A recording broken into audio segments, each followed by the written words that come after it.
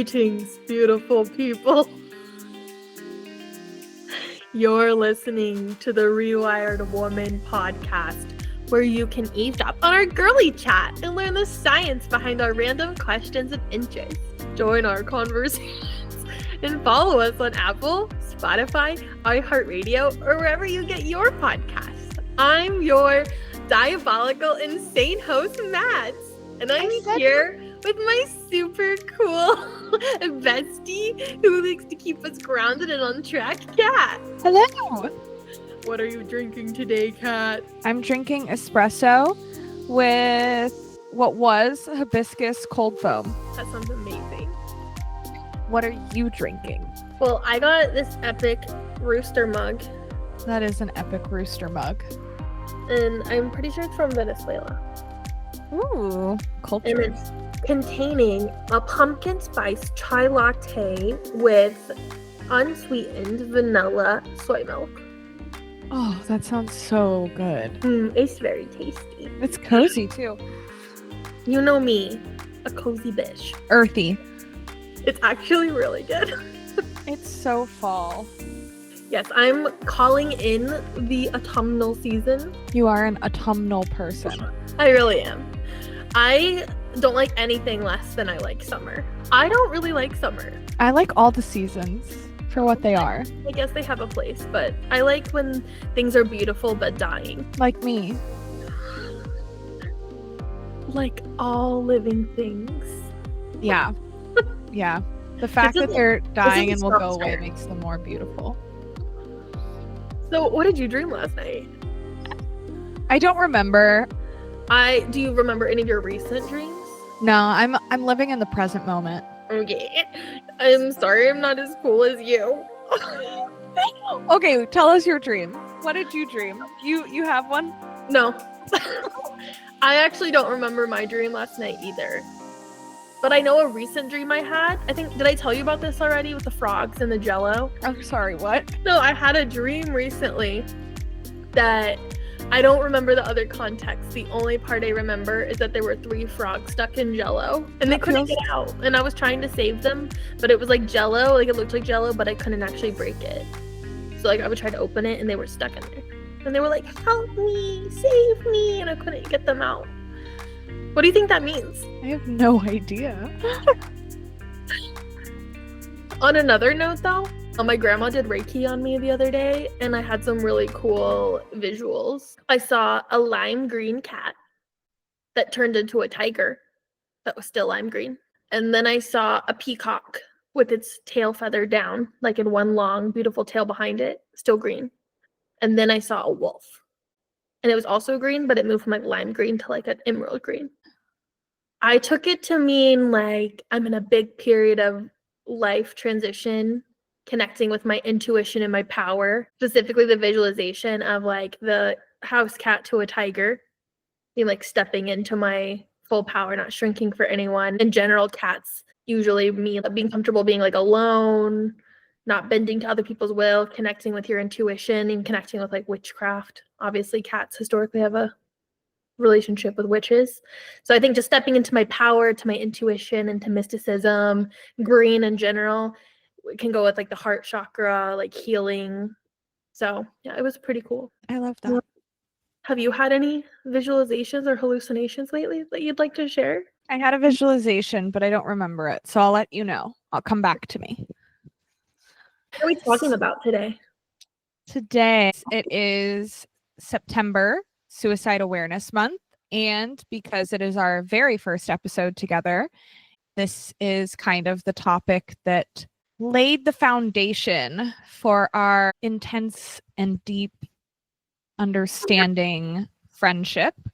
We are talking about suicidal ideation, suicide in general, suicide attempts in respect of Suicide Awareness Month for September. I think even though it's a heavy topic, you and I really bonded over this topic the first time we ever met. Would you like to lay the scene down for our new friends? I think you're such a good storyteller, Mads. I think that you should tell the story of how we met and talked about death. Okay, you're gonna have to help me fill in some of the gaps though. Can do. I can tell from my perspective. It was a crisp fall day.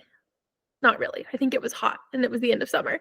But in my mind, it was a crisp fall day in our college in the middle of nowhere in Pennsylvania. For some context, I really had almost transferred. It was my sophomore year of college, your freshman year. And I had almost transferred and left that fall or that summer because I had just like not really had any really good connections. And so I was going into the situation of my sophomore year really like open-minded to try to make the best of choosing to go to this place that I wasn't that sure about. We were both working this shitty college job because we had no money, and we were essentially filming the football team up in this weird box. And we chose to be in the weird box because it was the only thing we could do together. Otherwise, you had to be like standing off on the sidelines, like also in the blistering heat. And it's like super humid and muggy. So it's sweaty as hell.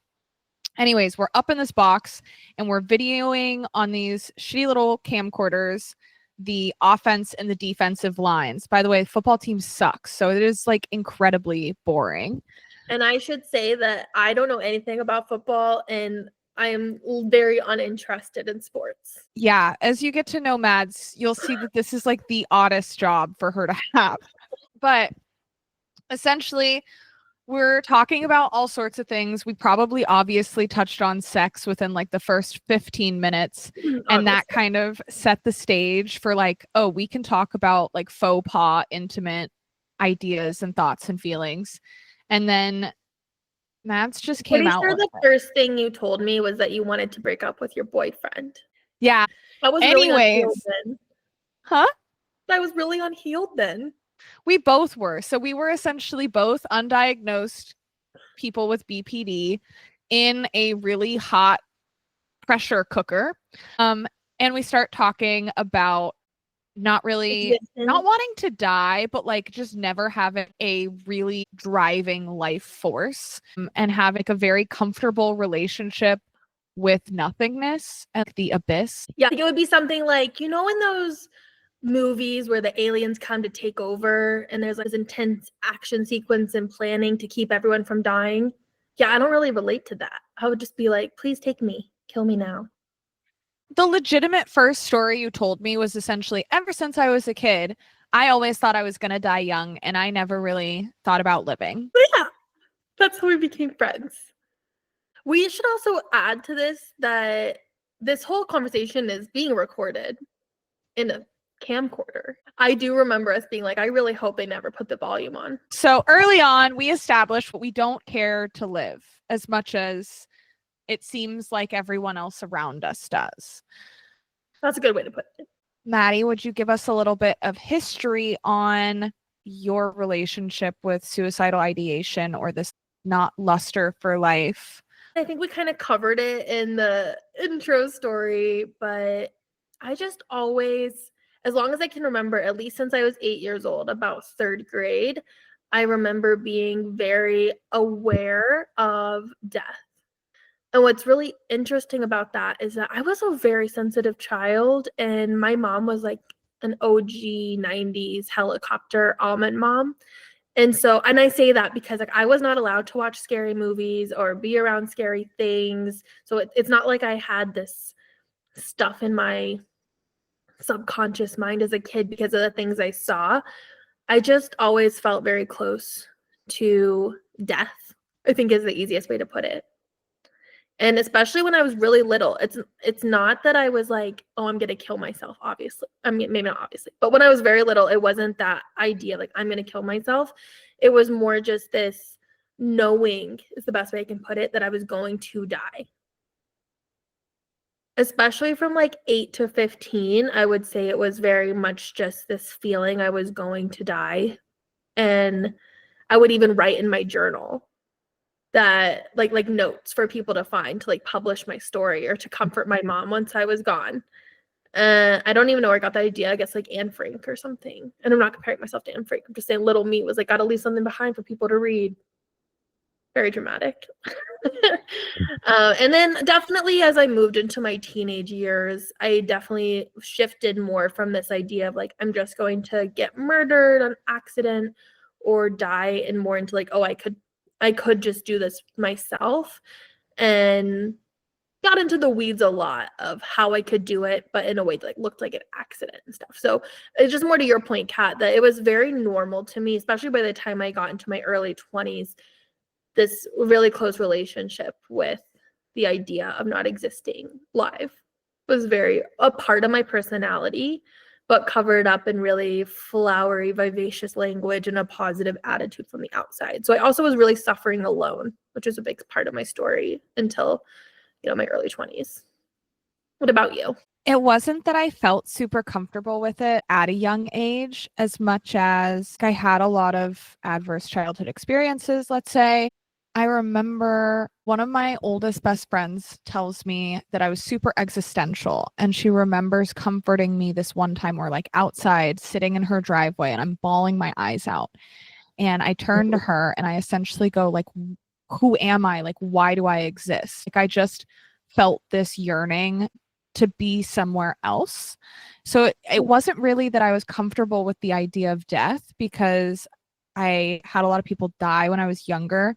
And I didn't feel like, I wouldn't say I felt super comfortable with death as much as I just didn't want to exist. So I had this thing that I would call the I want to go homes. Like, I just felt this yearning to not exist. I wanted a hole in the earth to open up and swallow me whole. Like, I had no interest in taking my own life. I had no interest in dying. I just had no interest in existing.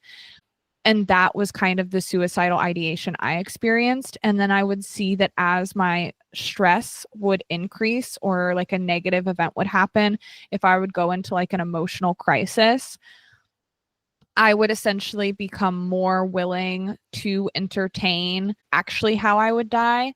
So I think a lot of my suicidal attempts were performative. Like, I had a lot of self-injurious behavior, and we'll get into kind of like the pathology behind self-injurious behavior versus suicide attempts, because they are pathologically different in the brain. But I was just very yearning for like an escape is more what it felt like than You it felt wanted like. your reality to be different.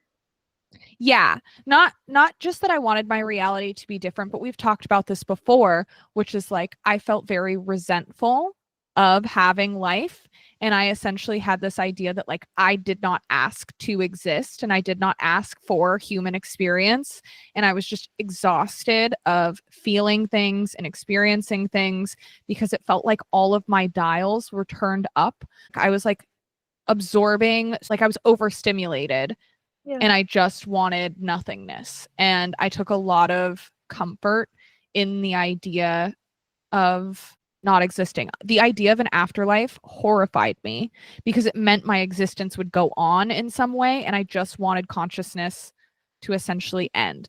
And I felt that more at a young age, and as I got older, I felt less and less like that, which is why I don't feel that way now. I think it's a spiritual thing where I'm a spiritual being who was kind of thrust into a human experience. And I think when I was younger, I was so close to that like spiritual we consciousness that I just, when I say I want to go home, I just meant like I wanted to rejoin the collective and kind of like get out of this isolated human experience. Exactly.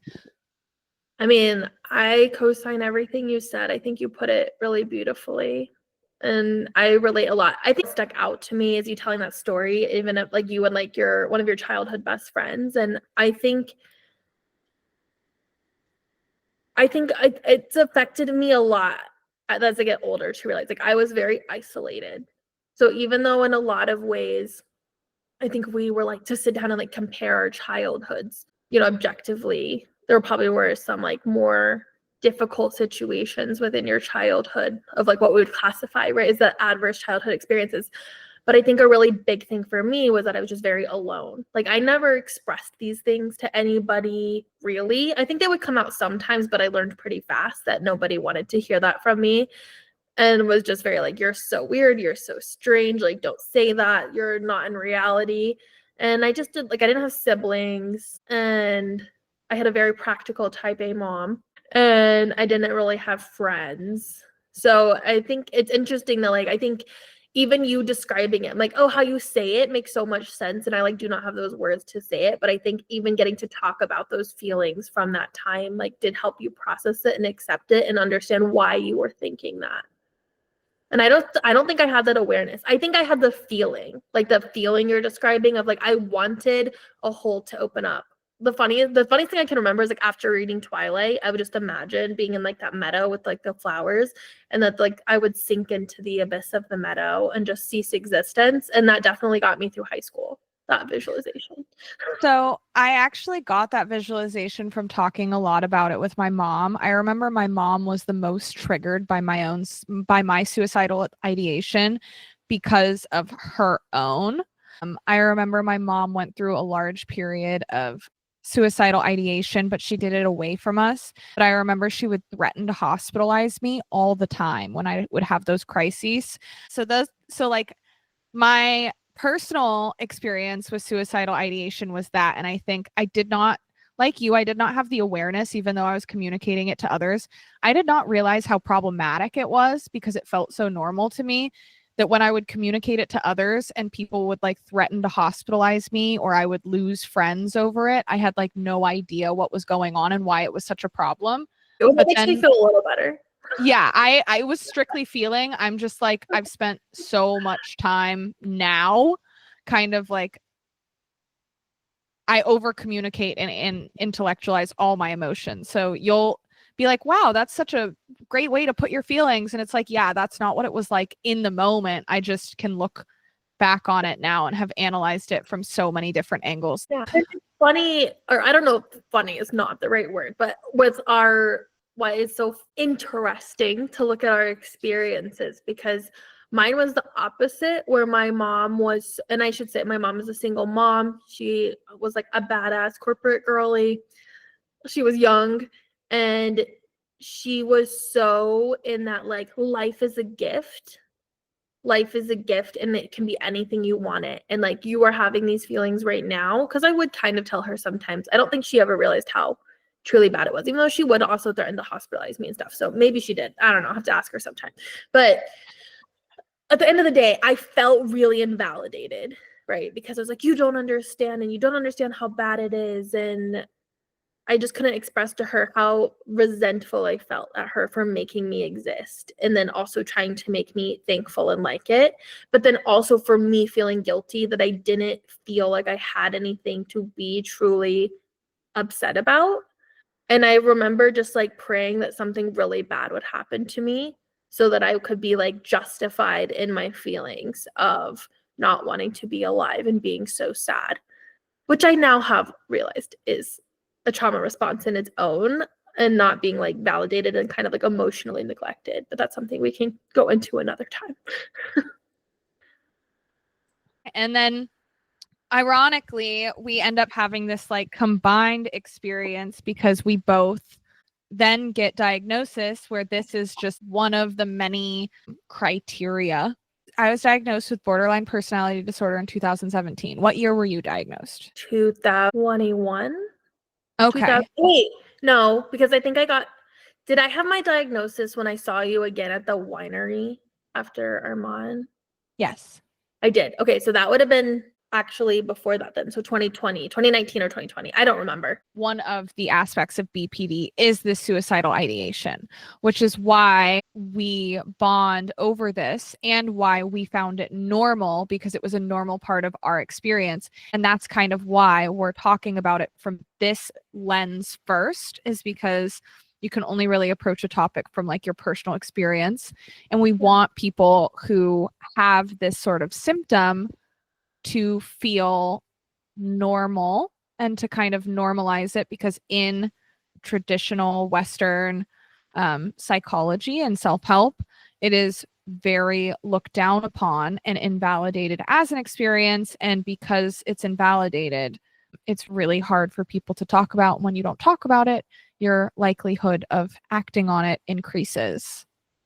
But since this is episode 1, I do think we should establish really fast that like we study neuroscience and even like minoring with philosophy and art, because ultimately we were both just trying to understand our experience.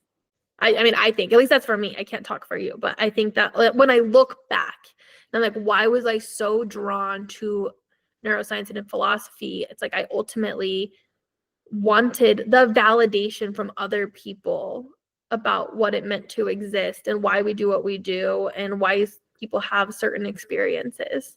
And I think I knew that on a conscious level when that's what I chose to study, but I didn't understand the depths to which it was coming from me not feeling understood by anyone around me. And I felt so misunderstood my whole life. And it was me grasping at straws to understand myself. What Yeah, about? there's a deep needing to feel heard, seen, and understood wound that I think you and me, that's why we kind of clicked, just because we both had the same thing and we both could provide that for each other in a very unique way. Yeah, that reminds me, can I tell the story about how I knew I really liked you? Yeah. It was our first meeting, I think, or at least in the first few meetings, the business card thing. I think it was actually our first meeting. What happened is this guy came in and he was like, "Aren't you the business card girl?" or something. And I was like, "What? A business card girl?" And then you were like, I don't think shy was the right word, but you definitely were kind of embarrassed. And then I was like, "Wait, what is going on?" And you were like, "Well, I just moved here from California and I don't know anybody. And so I just thought that the easiest way for people to remember me and get to know me is like I made business cards and I gave them to people and then they thought I was really weird." And I was like, "What the fuck? That sounds epic. I want a business card." And then the guy was making fun of you. And I was like, "Oh, fuck off, bro. That's epic." And that's how I knew I wanted to be friends with you from right away. That's what made me feel safe, actually. We came to it eventually. I was like, this girl and I, we think the same because I want a business card. I love it.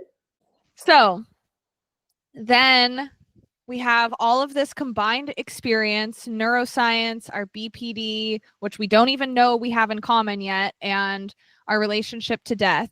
And then our like clandestine like magnetism to each other keeps going because we also have this mutual friend, Armand. Yeah. Which, how do I even describe him? I think the easiest way we've agreed on is soulmate. I mean, he was my soulmate. He was my college boyfriend. You guys kind of became friends, totally independent of me, and then we all hung out. I think it's an interesting thing to touch on the fact that like we both felt very comfortable with this and had the outlet to talk to each other about it. Yet we had this, I mean, you had this like really deep partnership with Armand and I had a friendship with him. So Maddie, your college boyfriend, soulmate, and our mutual friend Armand, he ended up passing away from suicide in 2020, whether it be because he's a man or our like unique relationships to him. Like when he had suicidal ideation, he was less likely to, first of all, it wasn't normalized because it wasn't an experience he had had like his entire life. It was kind of like a sporadic thing, right? So because of the sporadic nature of it, it's harder to handle maybe. Feeling like he could talk about it, that comes from maybe being a man, also his childhood background. Do you want to talk more about Armand and your experience on the other side, not as like the person experiencing suicidal ideation, but like loving someone who has it? Yeah, that's a really good question. So I guess for context, I already mentioned Armand was my college boyfriend, but he was so much more than that to me, really a soulmate, someone I know I've been with in many lifetimes. And we were together, you know, on and off for 7 years. So from freshman year of college, past graduation. And something I look back a lot in our relationship is this normalization of talk around death and not wanting to exist. It's funny, I look back, I mentioned earlier the depersonalization tactic of our body. And I look back at our first meeting, how from the very beginning, the very first day that we met, we were sharing experiences that would go on to become incredibly harmful. The best we can remember that is I remember us talking about, we were actually sitting on a couch inside of a frat house, and we were talking about how we were like sitting and watching a movie, and that both of us felt like we were observers to our lives.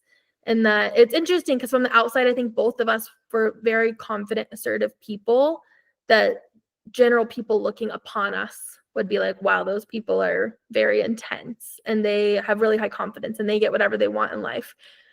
But on the inside of our conversation, we're both talking about how we're sitting in a theater watching a movie take place, and like we're just characters and we want to see what happens next. And that was really the foundation of our relationship, which I now realize is heavily embedded in some mental disorders. But to your point, over the years of us being together, we would both go in and out of more depressive and not depressive times, but something that was pretty interwoven throughout our experience was this mutual feeling towards not being happy with the current reality and like wanting to be more than humans. And so a big thing for him was like, I don't know if he ever said this to you, but a really big thing for him was always talking about wishing he could be a cat instead of a person, like a CAT, a meow meow. He always talked about that. Now I actually know through research and stuff that that's actually one of the big warning signs you can look for in your friends. Something that it sounds so silly on the surface, but it's actually indicative of really, really strong suicidal ideation feelings, is to be verbalizing that you wish you existed, but not as a human. Interesting. So that's an example of like, he would say things where like I didn't take them seriously. One, because I had felt them my whole life. So it honestly it never occurred to me to be like seriously concerned, and this is in my own delusional thinking, negative thinking. I don't know if we put a trigger warning here, but honestly, I just never thought he would kill himself without me. And that's a bigger conversation to go into. It's just like I was never concerned because I thought like, oh, we would go together if we go at all. I think this whole episode is a trigger warning, by the way. Having known your own suicidal ideation and being like aware of his, does having your own suicidal ideation change your relationship to the grief you have from his passing? Yes. That's a good question. Yes. How did that change or affect your view of your own suicidal ideation? Because I know for me with my mom, when my mom was going to commit suicide, I haven't had suicidal ideation as seriously ever since then, because it really highlighted to me how selfish it was. Not that that's just where I compartmentalized it in my brain. Not that that's like where we're going, but like I realized I really was so angry with her when she even considered taking her own life, because that whole idea of like, why would you leave me here alone? You already know I don't want to exist, so why would you make me do it without you? Yeah, I think our initial reaction's different, but got to the same place. I also think you think a lot of things until it actually happens, and then you don't know how you'll react, right? So I think for me, actually having my best friend in the entire world, the person, it's gonna hit, the person that felt like a literal piece of me, to choose to leave without me. I mean, it just tore me apart. I think that because of my own experience, I didn't have the reaction that a lot of people have, which is anger or thinking it's selfish. I actually, to this day, 5 years later, I've never been angry at him. And people say it will come, but I just don't think it will. And I think that is specifically because of my own experiences with just like really resenting life and past resentment, just like more like, why do I have to do this? Why would we live in a world that is like this and be expected to stay in it? Isn't there something wrong with you if you want to live in this by choice? And so I think because of those feelings, most of my life, I just could never be angry with him. I think the biggest feeling, especially when I look back now, which is crazy because I've come so far in my own mindset work and mental health care. But even now it pulls up that feeling of like, how could you leave me here? Like you said, it's more betrayal than anything that you leave me here and you didn't take me with you, and like that's not okay. That's how it felt. And I think that especially the first month, there was that really visceral, like deep emptiness of just like, where did I go? Especially because, again, this is not a BPD episode, but it's impossible to talk about this without talking about that, because it gave us both such a framework to understand where you're coming from. But for me, most of my life, I didn't feel like a person. And I think if you haven't been through that, that probably doesn't even make sense. But for me, I just always was like, I felt deeply, deeply confused about what people were talking about when they said, like, this is what I like, and to be yourself, because I had been such a blend. And so I think when I was with Armand, and he made me feel alive and like a real person. So for that person to no longer exist when you don't have your own person inside of you, it just feels, well, that sounds really dirty too. But and solely when that person isn't inside of you anymore, you just don't know how to go. Okay. Way to lighten the load. The load, especially on your face. Oh my God, Maddie, you were doing so well. Okay. Anyway, was that a good enough answer? That was a beautiful answer, and that's things that you've never really talked to me about before. Now we're going to talk about how our experience and what we've been talking about is obviously in so many ways so different from the kind of experience we now see that Armand was having. And because it was so normal for us and our relationship was so based off of the normalization, and you and I kind of had an understanding from our experience that this was safe to talk about and we didn't need to take it seriously, how that is not the case in other people's experience. This is not to take any accountability for what happened with him, but it's just kind of setting the framework of, we see how different this experience can be from person to person. And we have one lens that we feel very validated and relate to each other in, but this is not our experience with suicidal ideation. It's not the same universally. And what makes that difference from a neuroscience standpoint, because that helps us. That's our little intellectualization blanket that makes everything go better. I think that is so important to say, because I think even now, like I would say 5 years out, even I've had a wave of how suicidal ideation from myself and others, or people joking about it, has changed.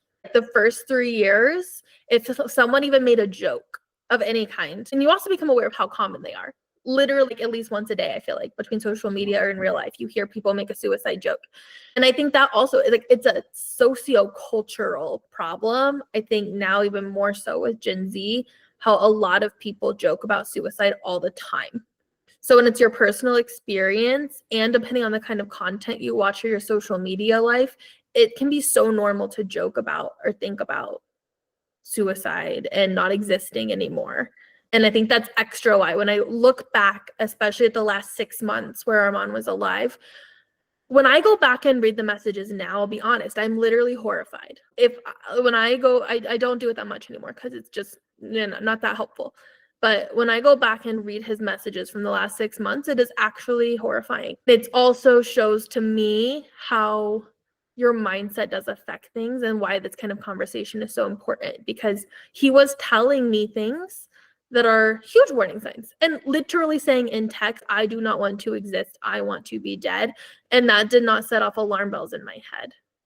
Well, this is why this is our very first episode, because this is the beginning of our kind of relationship and both of our healing journey. My suicidal ideation brought me to my BPD diagnosis, which is what really made me see that I had to change something about the way I was thinking and viewing the world, because I was so, like, I didn't want to exist. And I would say that now you and me both really see life as a gift. And but we don't have that. When I was a kid, I saw the world in such a beautiful way. If you go far enough back, I'm sure we do.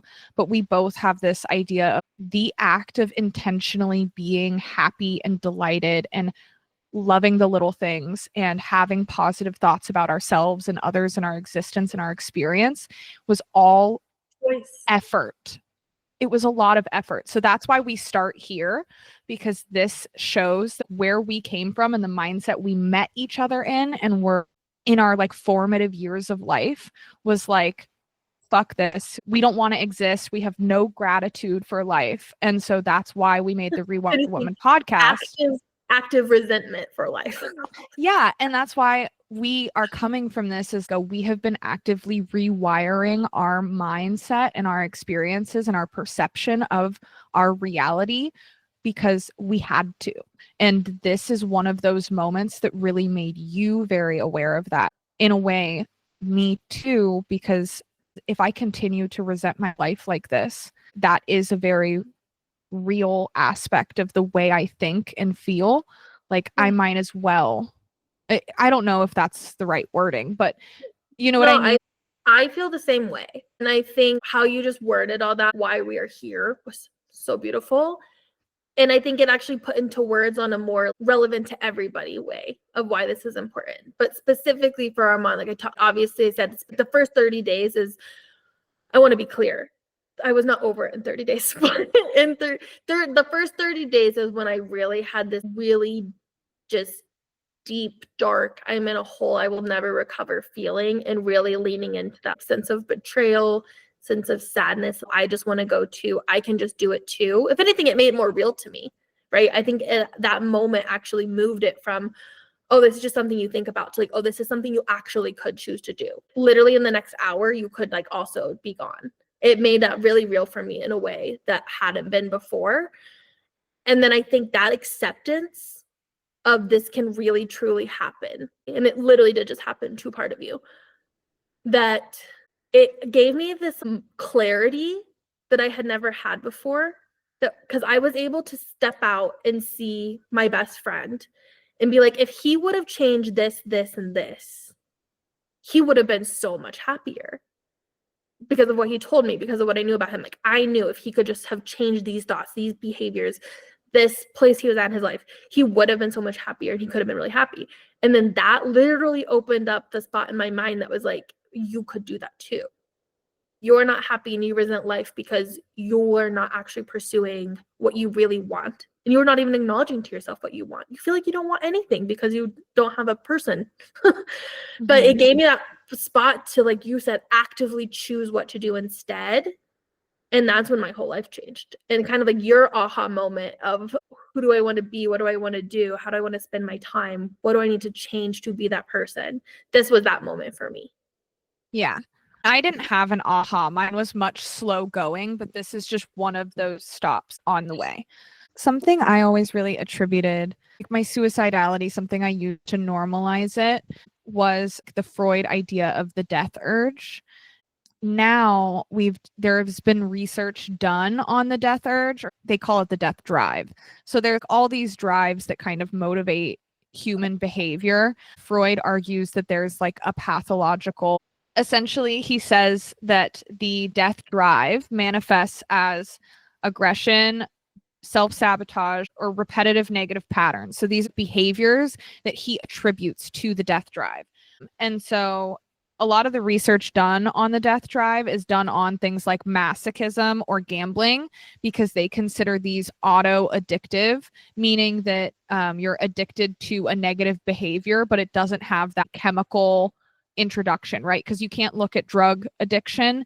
And as somebody who identifies as addicted to substances or have like a substance use disorder, I do see my use of substances as like a symptom to a larger problem and a slow form of suicide. However, because there's chemicals being introduced into the brain that make them chemically addictive, we don't look at them as this death drive, because some people are chemically addicted to substances, but there isn't much you're introducing as far as masochism or gambling, right? So these are considered auto-addictive, where you're just addictive to the negative pattern, the aggressive behavior, or the self-sabotaging pattern. So The research on those things talks about beta endorphins, which is a hormone that essentially binds with our mu opioid receptors, which are pleasure centers. These are the same receptors that are used in most forms of addiction because they're on the reward pathway. And they're actually what are linked to non-suicidal self-injurious behavior. So there's endorphins that you feel when you inflict pain on yourself. There is a dysfunction in these endorphins. So they're usually given to you through satisfaction of hunger, thirst, sleep, sex, and attachment needs, like social attachment. You think like Maslow's hierarchy of needs. And so when those needs aren't met at a young age, maybe your beta endorphins get out of balance.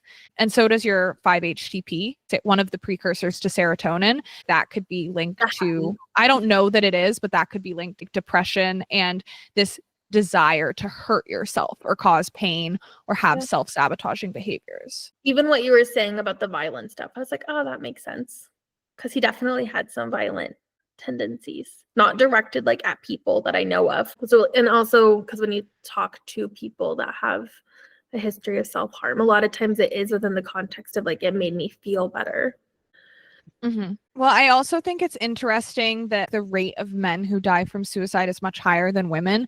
And I don't think it's necessarily because men are innately more aggressive, but because there is a nurture aspect to our society that encourages aggressive and impulsive behavior from men as like brave and a way to be geared towards their success. Men are encouraged to take more risks and to be more assertive, and which in women is seen as aggressive, right?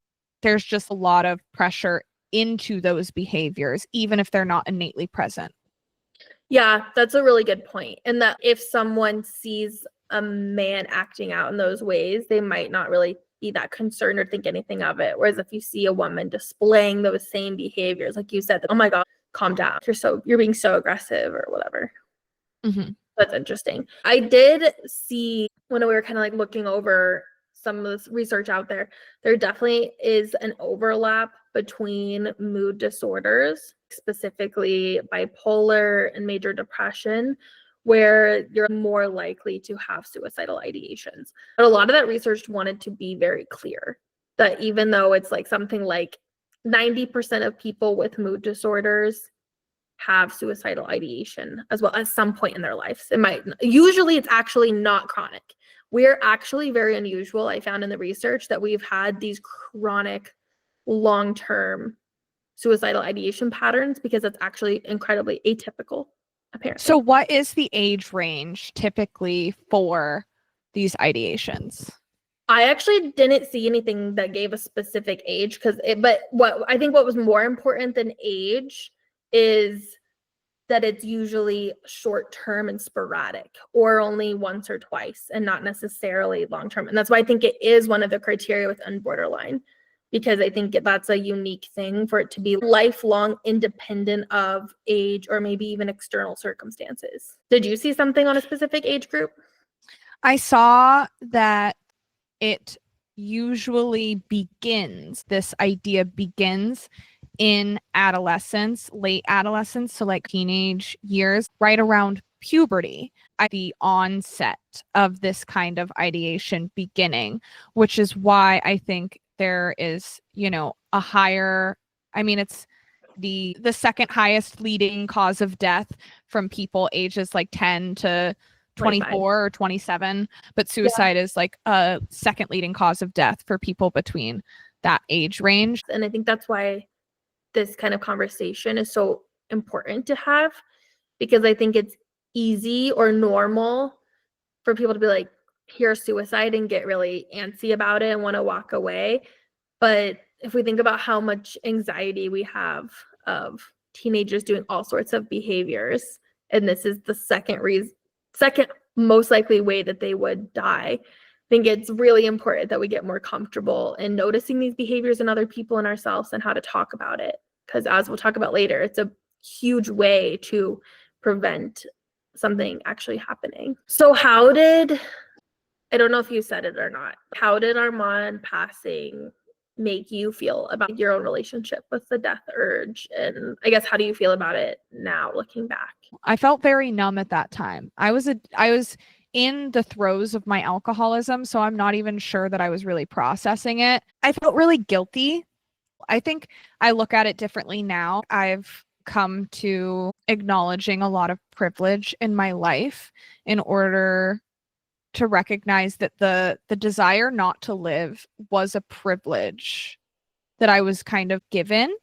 I don't want to invalidate my own traumatic experiences. And I think that part of experiencing trauma was this idea that existence is pain and suffering. And that is a lot of what my experience was, is that existence wasn't pleasurable when I was younger. However, I think that there's a lot of people who fight really, really hard to be alive. And I felt really guilty that because I considered Armand to be such a beautiful and pure soul.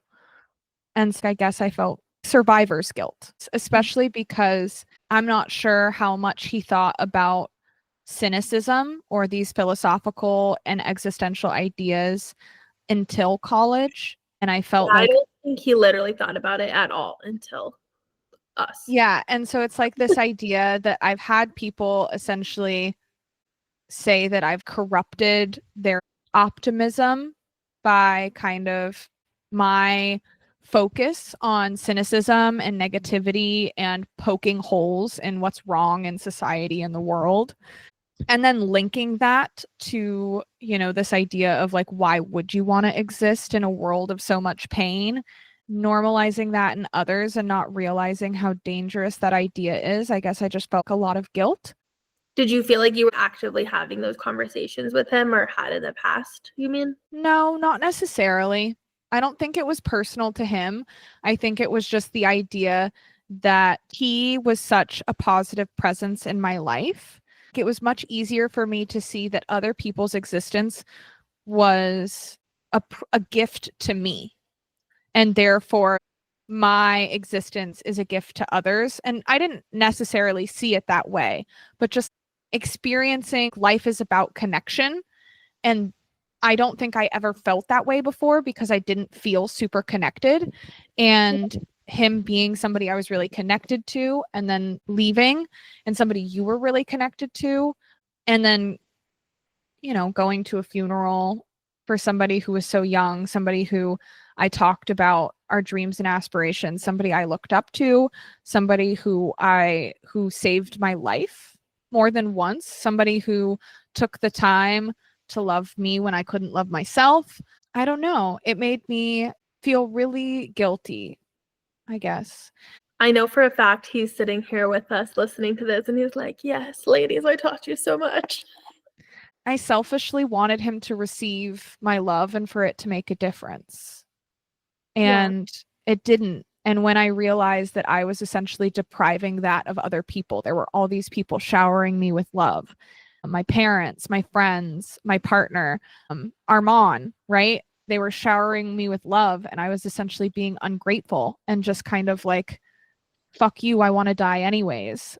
Now that is like, I'm sure people of all races and ages and identities probably have felt that. And there's obviously a drive of self-sabotaging behaviors that probably are rooted in adverse childhood experience. It's that realization that when you let somebody help you, you can do it for them. People love loving you more than they enjoy being loved. So as people that have lost someone really close to us to suicide, one of the things that was really important to us to talk about when we were planning this episode was kind of myths, right? First of all, just acknowledging the subject of suicide and suicidal ideation. It's still very taboo in our culture. Even though I think I saw something, 1 in 5 people will be directly affected by someone in their lifetime or something. So we need to just acknowledge that this is a really relevant conversation to be thinking about and to be able to have. And that also there's this old myth that talking about suicide or suicidal ideations will actually cause someone to think about them or to act on them. And that's one of the reasons people don't bring up subjects like this or feel weird about it, or even if they're concerned about, like, let's say a parent's concerned about their teenager, they might believe that asking them about that would cause them to think about suicide or have suicidal ideations. But research actually shows that, first of all, if you're noticing those things in someone, there's a really high chance they've already thought about it. You're not normally introducing anything into their mind that they haven't already thought about or considered. But the second part of that is, even if they have thought about it, research shows that talking about it actually will prevent action from being taken. Because a lot of times, kind of like you were saying earlier, Kat, a big part for a lot of people is this idea of not being seen or understood, or that no one cares about them. And even if they're not actively showing you that or telling you that, a lot of times if you talk to someone about suicide or suicidal ideation, it actually does help them to feel seen and understood and reduce the urge. And this is probably the most common myth, but research actually shows that asking someone does not put any ideas in their head, and they know that they want to matter. The second myth is that people who talk about suicide never do it. So this is the other thing, Kat, you were saying earlier when we were talking about Armand, that, like, looking back, we can see all these warning signs, but because of our own normalization and also the cultural belief that people joke about suicide all the time, that doesn't mean they'll actually do it. It's not true. One that actually really meant a lot to me, even 5 years later, is one of the myths he included was that suicide victims always leave a note. And I thought that was interesting because this is actually something that stuck with me for all these years, with that feeling of betrayal I was talking about with Armand, that he left me, but he also didn't leave me a note. And I always took that really offensively, because I was like, how could you not leave me a note? Or at least a text, like, come on. But for only 25% of people actually do leave a note. So it oddly soothes me after all this time. So that's why I want to share these myths, because I was like, if I can get that much soothingness, I want to share that. So suicide is defined as death caused by self-directed injurious behavior with an intent to die as a result of that behavior. So in layman's terms, it's like you hurt yourself with that intention that you actually will die because of how you hurt yourself. And then the difference with suicide attempt is that it's defined as a non-fatal, self-directed, potentially injurious behavior with an intent to die as a result of the behavior, even if the behavior does not result in injury. And then suicidal ideation is defined as thinking about, considering, or planning suicide. And I think one of the reasons I wanted to include this is, one, to help with the discussion for the audience of, like, what these things mean. But one of the reasons these are so important to understand the definitions of, specifically within research, is one of the things I was coming across is people talking about in meta-analysis, like when they're looking at, dozens or hundreds of different studies. A lot of these researchers over the last 60 years have used different meanings with different definitions. So it's really hard to actually take all that research and make conclusions from them. But did anything surprise you about this, or do you feel like most people kind of get these distinctions? It's hard for me to gauge as somebody who's always been interested in suicide. I have a very clear spectrum of, this is just wanting to not exist. This is wanting to die. This is wanting to die and knowing how I would do it. This is wanting to die, knowing how I would do it, and having a plan or a specific time, or this is me wanting to do it, knowing how I would do it, and planning on doing it in the foreseeable future, right? And then there is, I am hurting myself in hopes of dying, but there's also, I don't want to exist and I am hurting myself, but not in order to kill myself. I've experienced so much of this spectrum that it is all very clear to me. And because I've analyzed how I feel, all of the distinct zones and the separation of my injurious behavior and my desire not to exist are on separate spectrums. Do you feel, based on your personal experience and also your knowledge as a researcher and counselor, so you've also professionally been on all these different sides of this, do you feel like the researchers, if they use these definitions, can actually give us useful research in clinical practice? Somewhat. Here's the thing. In my experience, There is, even in counseling, there is a very negative connotation associated with being honest about suicidal ideation. However, there's also some interesting practices around how we are assessing the seriousness of suicidal ideation. Yeah, because it sounds like what you're saying is that there's this simultaneously contradicting beliefs. Like one side is not taking it seriously enough, and the other one's taking it too seriously. It's never not taken seriously. The reason it is taken seriously is from the level. Okay, so here is what's capitalism in counseling is such a issue. Yeah, it's such an issue and it motivates so many negative beliefs about certain things. Suicide is 100% one of these things. So in counseling, they do assessments or rating scales of severity in order to essentially hopefully help the client. That's why we have developed new ones, but they also do non-helpful or sometimes harmful practices with the motivation being to decrease their liability. So in the paper I wrote for my master's, there are positive assessment tools.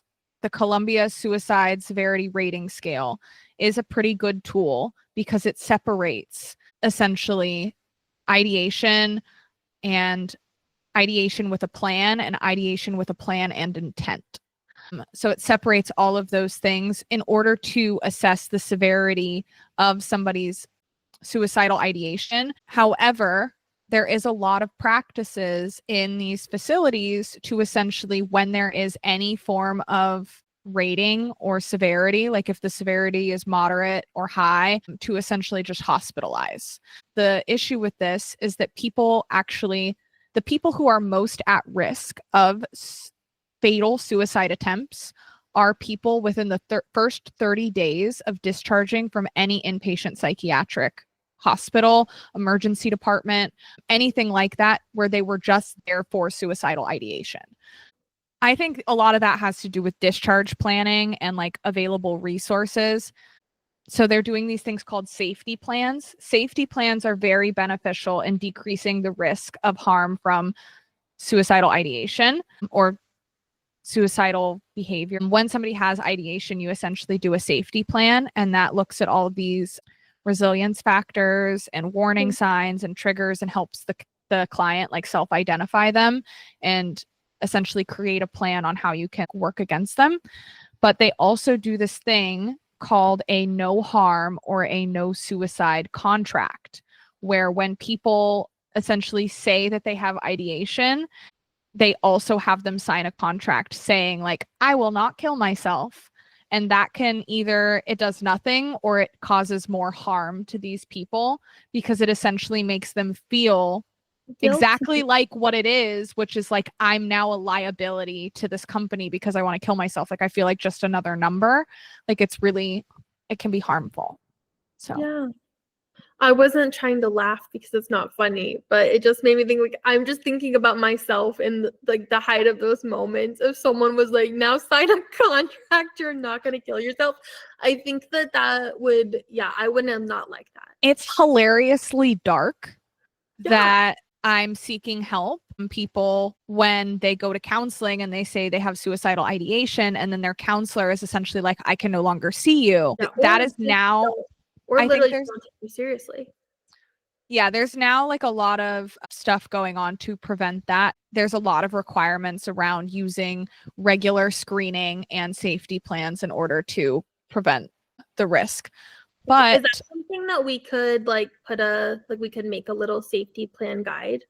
I know I had a safety plan, and I actually would use it whenever I was feeling really, not even necessarily totally suicidal, but just when I was having a really bad day. And I even still use it now. If I'm having a really bad day and I'm like super depressy, I think back to my plan and I'm like, do makeup. Yeah, there is no need for any sort of professional level. You could do a safety plan with your family members. You could do a safety plan with a trusted friend. You could do a safety plan with yourself. However, a big part of the safety plan is identifying supports, external supports, and internal coping strategies. It might be good just to sit down with yourself and make that safety plan of kind of who you could talk to about this, or what are activities you could do to kind of distract and soothe yourself until those urges pass. Because another thing the research said was that typically these things pass. And if you don't act on them in the moment, or you don't feed into them in the moment, that there's a good chance it won't keep recurring. Yes. So a lot of the big things, like you are actually kind of saying earlier, is aggression and violent behavior. A big one around mood disorders, so borderline personality disorder, bipolar disorder, and major depression are all high comorbidity with people that actually do behaviors. The biggest one is a previous suicide attempt, and I think you kind of were mentioning that earlier. A family history of psychiatric disorders, and then feelings of hopelessness, anxiety, or misuse of alcohol and drugs. Those are the main. That reminds me of these self-sabotaging, repetitive negative behaviors. But so what I found when I was looking at essentially a general like brain model is it was saying higher experiences of subjective distress, impaired decision-making skills, deficits in learning and working memory, and the presence of social distortion, which can be common experiences linked to suicidal ideation, not behavior. Okay. And this in the brain looked like increased activity in the prefrontal cortex and the anterior cingulate cortex. So those two areas are heavily involved in addiction, other self-injurious and self-sabotaging behaviors. Increased activity in those areas can be present in mood disorders already. Talking about essentially there's increased activity in the prefrontal cortex, anterior cingulate cortex, and this like system abnormalities in the glutamate and opioid system, and how that is the glutamate is associated with learning, memory, and mood. There was a lot I saw on, executive dysfunction when we're talking about impaired decision making and why there is this association with impulsivity, or quote unquote impulsivity. And we're not talking about like the pop culture impulsivity, is this idea that there's impaired decision making. And that's linked with the prefrontal cortex and this idea of learning and memory, because decision making is essentially the culmination of past experiences using your memory, what you learned from them, so like associative learning, and prefrontal cortex in order to like logically discern, think through things, and connect associative learning memory with what am I going to do now. And they found that the reason that depression has anything to do with this idea of impulsivity is because executive dysfunction in people who have depression is actually, there can be a state dependent impairment in decision making. So it just kind of goes to show you that the structural changes that are present in mood disorders are also present in this suicidal ideation.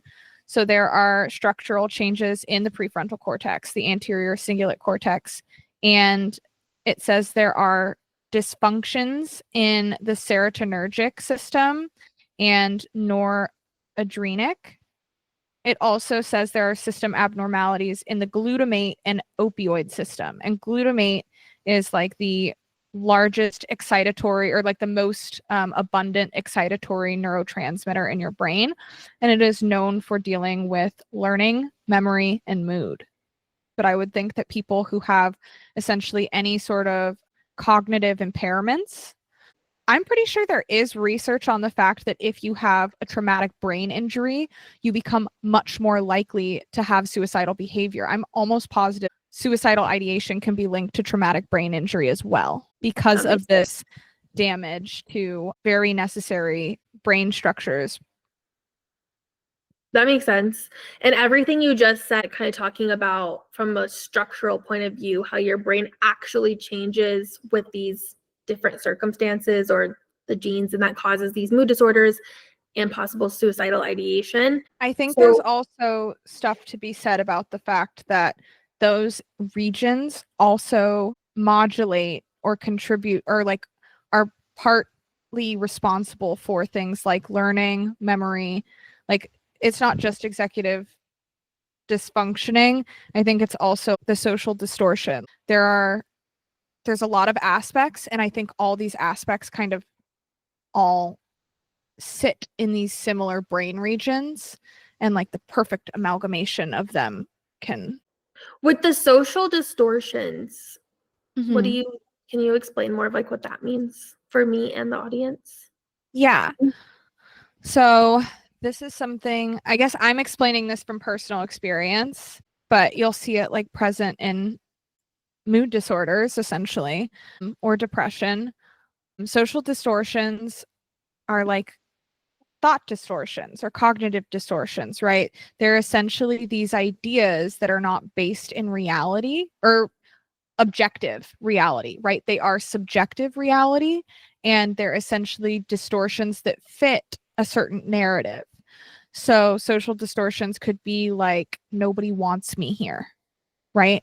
That's a common social distortion in someone who might also experience suicidal ideation. Maybe not, but essentially reading, oh, just like you said, where this was in a whole nother, this was in our pre-episode thing, but where a social distortion is our mind's ability to read someone's facial expression as negative when it's neutral. That's an example of a social distortion. And that is present in the anterior cingulate cortex, are like, and it's connected to other things. I don't think there's any like one region that sits in. It's picking up on patterns and talking to another area of the brain that associates meaning to that pattern through associated learning and memory. So like when that facial expression was made the last time I saw it, it meant bad, bad, bad. And therefore, now I've learned that a neutral face means negative things. I found research that was talking about how neurotrophins, so like a lot of times we think of BDNF or brain-derived neurotrophic factor, which is a big part in neuroplasticity, right? Regrowing our neurons and things working. So whenever people have mood disorders or these suicidal ideations, they've actually found in neuroimaging studies that like BDNF and fibroblast growth factor, or FGF, both of those are decreased. Like there's less molecules and less receptors to take on those BDNF and FGF whenever people have suicidal ideations or mood disorders. So that also clarifies with what you were saying, like we're seeing overall decreased activity in those regions or increased activity. And then we're also seeing these things that help with neuroplasticity and rewiring your brain to be different are actually decreased. And that makes sense why people have such a hard time changing. Like if you're feeling depressed, it's really hard to just get up and do something even if you want to. And this could be a neuroscience explanation. So could you explain what you just said, kind of like I'm 5, and what the implications of that are on, you said essentially that it makes it harder to rewire your brain out of those patterns. Is that relative to why you are more susceptible to a suicide attempt after you've already attempted once? What are the connections we're drawing here based off what you said?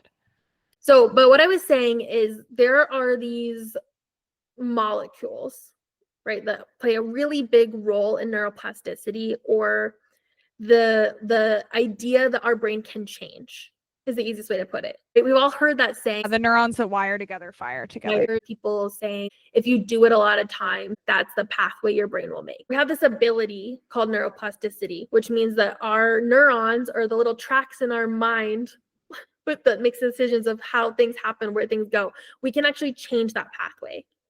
And that's really important because that can give us hope, right? A lot of times we're like, this is who I am, this is how I'll be. And there's actually a lot of research that shows that we can actually change those pathways in a lot of different ways. And that's what this podcast is ultimately for. So this idea in neuroscience is some of the foundational aspects found in therapies like CBT and DBT, where essentially if we change our thoughts, we can change our perceptions and our experiences, and therefore we can change behaviors like suicidal behavior or self-sabotaging behaviors or repetitive any of these things that we're talking about that we say are all linked together.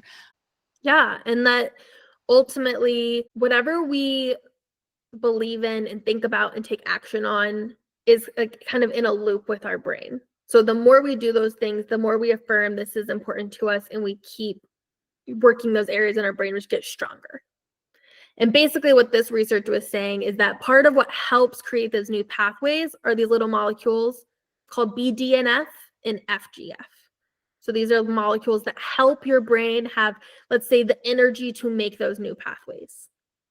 And what this research was showing in neuroimaging, which basically just means like they are able to look at things on a cellular level, it's like a good way to put it.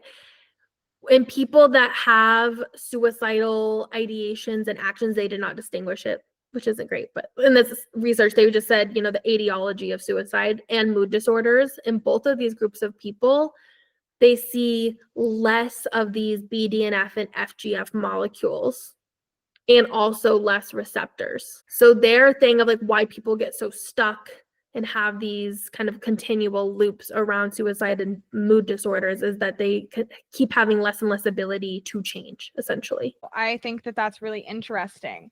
I mean, from a personal experiencing it point of view, I think that also helps because I think everyone, especially if you're listening to this podcast, has probably had that experience where you kind of start to be in that meta conversation with yourself when you're really depressed and you can't get out of bed and everything's really bad. And you're like, well, if you would just go outside and go on a walk, or if you would just start doing yoga for 5 minutes a day, or if you would do this, then you would feel better. But you still can't make yourself do it and you still just wallow in sadness. And eventually it's like you have to get to a point where you just choose to do something different. I think it might be an explanation for why it is harder when you're depressed versus when you're not depressed. How much harder is it to change a behavior, to change a way of thinking? It is, and I can say from a personal, like experiencing it level, it is so much harder to change. So it could be an explanation of why that feels so much harder to change. And it helps us just give people more patience and more time to change, and not be like, hey, well, you did this thing for 30 days. You should be better by now, right? It might be harder to change, but like you said, that doesn't mean it's not possible. And I think the more we're learning every day supports that idea that the brain is not as stagnant as we used to think it was.